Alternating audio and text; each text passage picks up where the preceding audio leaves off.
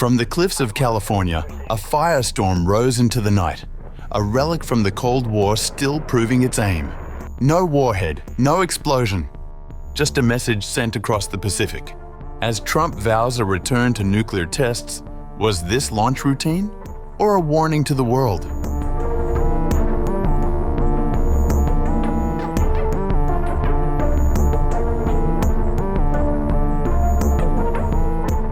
On November 5th, a 60-foot column of fire erupted from the California coastline and arced toward the western horizon.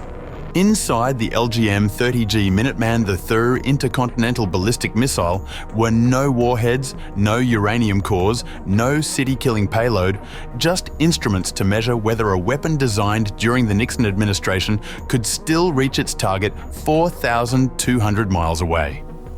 It could. The re-entry vehicle splashed down precisely where it was supposed to, in the lagoon surrounding Kwajalein Atoll in the Marshall Islands, a Pacific archipelago that has absorbed more American nuclear test debris than anywhere on Earth except Nevada. This test, designated GT2I54, evaluated the ongoing reliability, operational readiness, and accuracy of the ICBM system, a cornerstone of America's national defense. Eastern European media outlet Nexta, in a post on X dated November 5th, confirmed the launch, stating, "The United States has tested a Minuteman III intercontinental ballistic missile. Without a warhead, but capable of carrying a nuclear one. The test launch was carried out from Vandenberg Space Force Base in California. The missile traveled about 4,200 miles and reached its target at the Kwajalein Atoll." The US Air Force noted the test followed a public scheduling notice issued for November 4th, emphasizing its routine nature and long-term planning cycles. Except the timing was anything but routine. Just a few days ago, Trump had announced that Washington is returning to nuclear testing and that the US has enough nuclear weapons to blow up the world 150 times. However, Trump added, "These are not nuclear explosions, these are what we call non-critical explosions."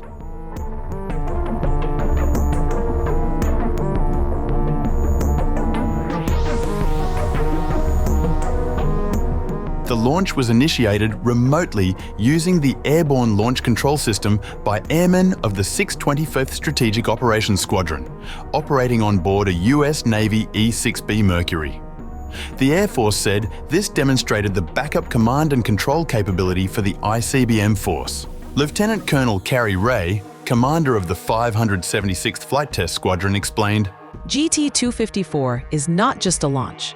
It's a comprehensive assessment to verify and validate the ICBM system's ability to perform its critical mission.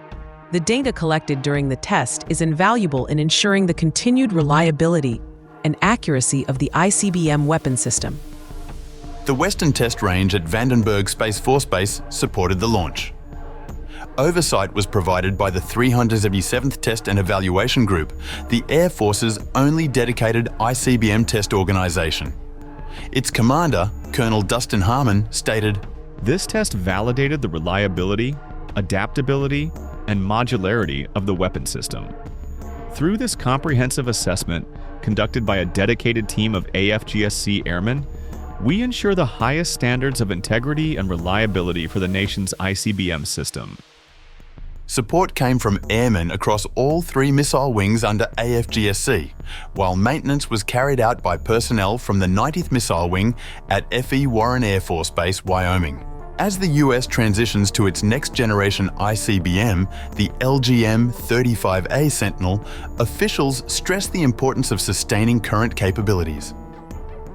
General Stephen L. Davis, commander of Air Force Global Strike Command, said, "As we modernize the Sentinel weapon system, we must continue to maintain the readiness of the existing Minuteman III fleet. GT254 helps fulfill that commitment, ensuring its continued accuracy and reliability." Details of the administration's nuclear testing plans remain unclear. The Air Force says the Minuteman III launch was routine, but with rising nuclear rhetoric and strategic modernization underway, GT254 underscores both the enduring relevance of America's aging ICBM fleet and the uncertainty of what comes next.